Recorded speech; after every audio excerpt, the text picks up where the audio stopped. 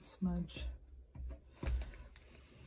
I need to pull out the Payne's Gray.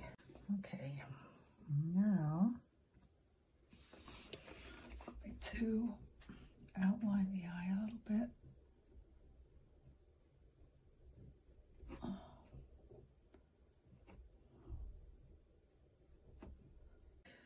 And then we're going to outline the lips.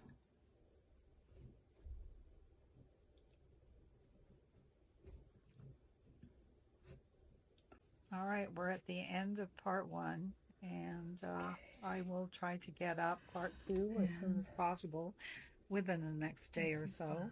And here's a little peek at the finished product.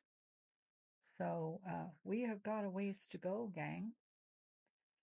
Thank you for watching, and I look forward to hearing comments. Say what's on your mind. I'm open to suggestions. I'll look forward to seeing y'all soon. Bye for now.